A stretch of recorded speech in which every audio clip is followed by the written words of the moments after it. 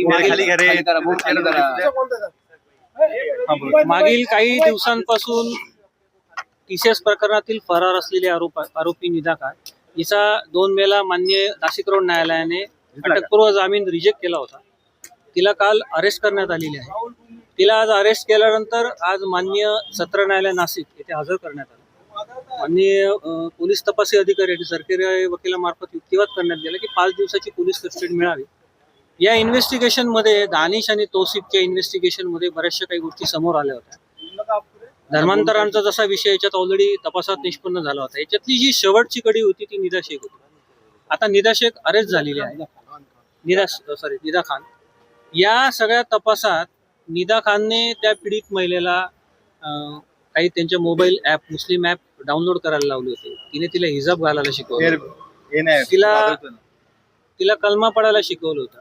त्यामुळे या सगळ्या प्रकरणात धर्मांतराचा जो काही आपण याच्यात सगळा एलिगेशन करतोय त्या प्रकरणात निदा खानचा फार थेट संपर्क होता.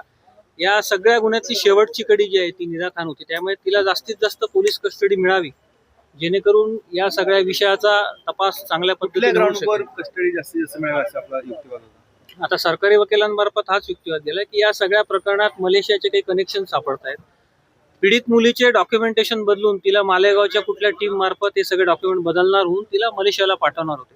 असा सगळा विषय होता. आपल्याकडनं काही बाजू मांडण्यात आली नाही, माझ्याकडनं डायरेक्ट बाजू मांडण्यात आली नाही आज, कारण ही रिमांड स्टेज असल्यामुळे सरकारी वकिलामार्फतच आम्ही आमचं म्हणणं मांडतो. आज माझं ऑथराईज वकील पत्र पीडित वकिलीतर्फे त्याच्यात हजर केलेलं आहे. त्याच्यात सरकारी वकिलामार्फत आपण मागणी केली होती की त्यांना जास्तीत जास्त 5 दिवसाची पोलीस कस्टडी आपण मागितली होती.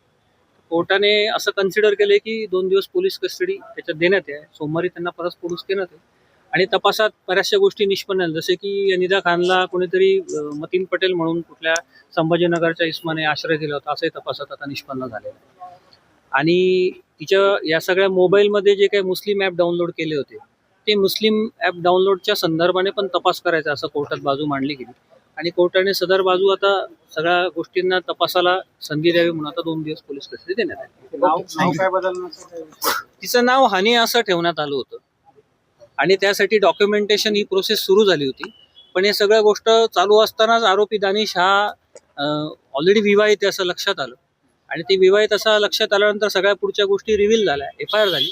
त्यामुळे या सगळ्या प्रोसेसला तिथं फुल स्टॉप झाला. नाही तर आज काहीतरी परिस्थिती वेगळी झाली.